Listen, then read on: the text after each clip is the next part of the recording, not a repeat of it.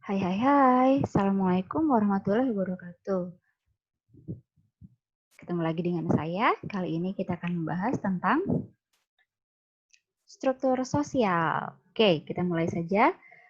Struktur sosial mencakup susunan status dan peran yang terdapat di dalam satuan sosial, ditambah nilai dan norma yang mengatur interaksi antar status dan peran sosial itu. Jadi di sini kita bisa memahami bahwa dalam sebuah struktur sosial ada status dan peran, dan juga ada nilai dan norma yang mengatur hubungan antar orang-orang di dalamnya. Struktur sosial mencakup unsur-unsur sosial seperti kaidah, lembaga, kelompok, dan lapisan sosial.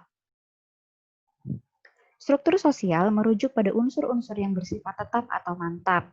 Contohnya, kita ibaratkan seperti sebuah rumah. Rumah pasti punya dinding. Dinding itulah yang merupakan strukturnya. Jadi, dinding itu akan melindungi kita dari gangguan luar dan juga bisa menegakkan rumah itu dan juga menopang atap yang ada di atas rumah. Jadi, struktur sosial diartikan sebagai pola tertentu yang mengatur organisasi suatu kelompok. Nah, setiap manusia terkait dengan struktur masyarakat di mana ia menjadi anggotanya. Artinya, setiap orang termasuk ke dalam satu atau lebih kelompok, kebudayaan, lembaga sosial, lapisan sosial, kekuasaan, dan wewenang yang terdapat di dalam masyarakat. Nah, tujuannya kenapa sampai manusia itu bisa masuk ke dalam beberapa kelompok atau pelapisan sosial itu, yaitu untuk memenuhi kebutuhan. Karena kebutuhan manusia itu tidak hanya satu, apalagi di zaman sekarang kebutuhan kita banyak. Kita butuh untuk bisa mendapatkan pengetahuan, kita butuh untuk mendapatkan teman, kita butuh untuk eksis di media sosial, kita butuh untuk bisa mendapatkan pekerjaan dan uang dan sebagainya. Makanya kita akan masuk ke dalam beberapa kelompok di mana aturannya itu juga sendiri-sendiri. Ada 4 elemen dasar dalam struktur sosial, yaitu status sosial, kelompok, peranan sosial, dan institusi. 4 inilah yang akan membentuk struktur sosial. Jadi, struktur sosial ini pasti ada status sosial di dalamnya, punya peranan, ada kelompok, jadi tidak hanya satu orang saja anggotanya. Kemudian ada institusi atau organisasi yang menaungi orang-orang tersebut. Ada 10 unsur struktur sosial yang bisa kita ketahui. Yang pertama, ada pengetahuan dan keyakinan yang berfungsi sebagai alat analisis. Manusia dibekali akal untuk bisa berpikir. Berpikir dengan bekal pengetahuan dan keyakinan akan membantu kita menganalisis tentang segala sesuatu. Seperti misalnya tentang organisasi di mana kita bernaung, tentang sistem yang ada di masyarakat, dan sebagainya. Yang kedua ada perasaan solidaritas. Nah, ini perlu. Kenapa? Karena manusia itu adalah makhluk sosial. Makhluk sosial itu harus berhubungan dengan orang lain. Dan ketika berhubungan dengan orang lain, maka kita harus punya rasa solidaritas agar tenggang rasa itu muncul dalam masyarakat. Yang ketiga adalah tujuan dan cita-cita yang sama antara anggota masyarakat. Ketika misalnya kita hidup dalam lingkungan desa. Kemudian desa kita itu punya tujuan untuk menjadi desa wisata. Tapi ketika anggota masyarakatnya tidak setuju, maka tujuan itu akan sulit tercapai. Jadi, warga masyarakat di desa itu harus punya tujuan yang sama, sama-sama bekerja untuk membangun desa tersebut menjadi desa wisata dengan mempercantik, memperindah, merapikan, dan sebagainya. Kemudian selanjutnya ada nilai dan norma sosial yang dijadikan sebagai pedoman bertingkah laku. Di Indonesia, kita mengenal ada norma agama, norma kesopanan, kesusilaan, dan sebagainya. Norma-norma itulah yang kita jadikan sebagai pegangan selama kita serawung atau berhubungan di masyarakat.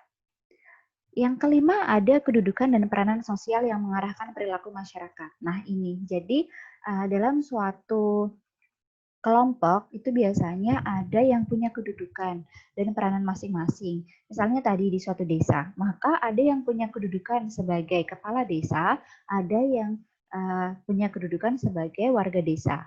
Kepala desa peranannya apa? Peranannya adalah untuk mengatur kehidupan di desa tersebut.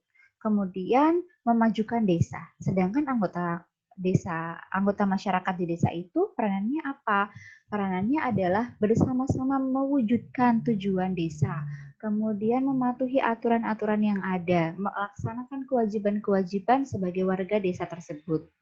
Nah, selanjutnya ada perintah dari warga yang memegang kekuasaan. Tadi, kepala desa pasti punya aturan-aturan dan misalnya punya perintah-perintah khusus untuk mencapai tujuan.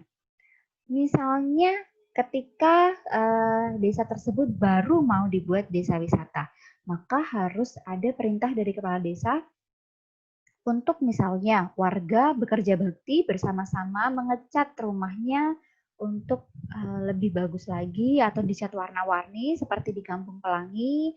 Kalian pasti pernah ke sana atau pernah tahu setidaknya tercapainya Kampung Pelangi itu adalah hasil dari perintah yang dilakukan oleh kepala desa dan juga kerjasama yang dilakukan oleh warga masyarakat di desa tersebut. Jadi saling. Selanjutnya ada tingkatan dalam sistem sosial yang ditentukan oleh status dan peran masyarakat. Tadi tingkatannya ada tingkatan atas, ada tingkatan menengah, dan tingkatan bawah. Kemarin kita sudah belajar tentang sistem sosial, jadi kalian pasti sudah paham. Kemudian selanjutnya ada sistem sanksi yang berisi ganjaran dan hukuman dalam sistem sosial. Manusia itu seperti harus diberi peringatan atau diberi pemberitahuan bahwa ada sanksi jika dia tidak melaksanakan sesuatu baru mau melaksanakan. Contohnya seperti tadi, yang tidak datang kerja bakti akan harus bayar denda 100.000. Nah, itu biasanya orang akan ada rasa takut. Tapi ketika tidak ada sanksi, maka orang akan cenderung menyepelekan. Banyak manusia yang seperti itu. Kita juga pasti pernah merasakan itu. Kemudian selanjutnya ada perlengkapan sistem sosial seperti peranata sosial dan lembaga. Nah, ini peranata sosial akan saya jelaskan di pertemuan selanjutnya. Nah, kalau lembaga itu contohnya organisasi. Tadi organisasi desa, organisasi masyarakat, seperti Karang Taruna, ada organisasi mahasiswa, dan lain sebagainya. Kemudian ada sistem ketegangan konflik dan penyimpangan yang menyertai perbedaan kemampuan dan persepsi warga. Pasti tidak mungkin di antara hubungan anggota masyarakat tidak ada konflik, tidak ada perbedaan pendapat.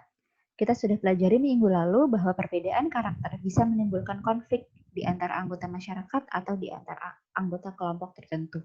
Nah, oke, itu adalah 10 unsur struktur sosial. Jadi struktur sosial itu pasti ada ke-10 ini di dalamnya. Nah, kemudian fungsinya apa sih struktur sosial itu? Yang pertama sebagai pengawas sosial, yaitu sebagai penekan kemungkinan pelanggaran terhadap norma, nilai, dan peraturan kelompok masyarakat. Jadi ketika suatu kelompok punya struktur sosial, maka kemungkinan pelanggaran terhadap norma, nilai, dan aturan itu akan menjadi lebih minim. Karena tadi sudah ada yang mengatur dan yang diatur pun itu sudah tahu sanksinya apa, kewajibannya apa, haknya apa, dan lain sebagainya. Kemudian yang kedua, dasar untuk menanamkan suatu disiplin sosial di masyarakat. Nah, ketika masyarakat itu sudah menaati aturan, sudah menaati norma, nilai, maka disiplin sosial akan dapat tercapai. Nah, kalian masih ada di situ? Oke, kita selanjutnya akan mendiskusikan topik di bawah ini.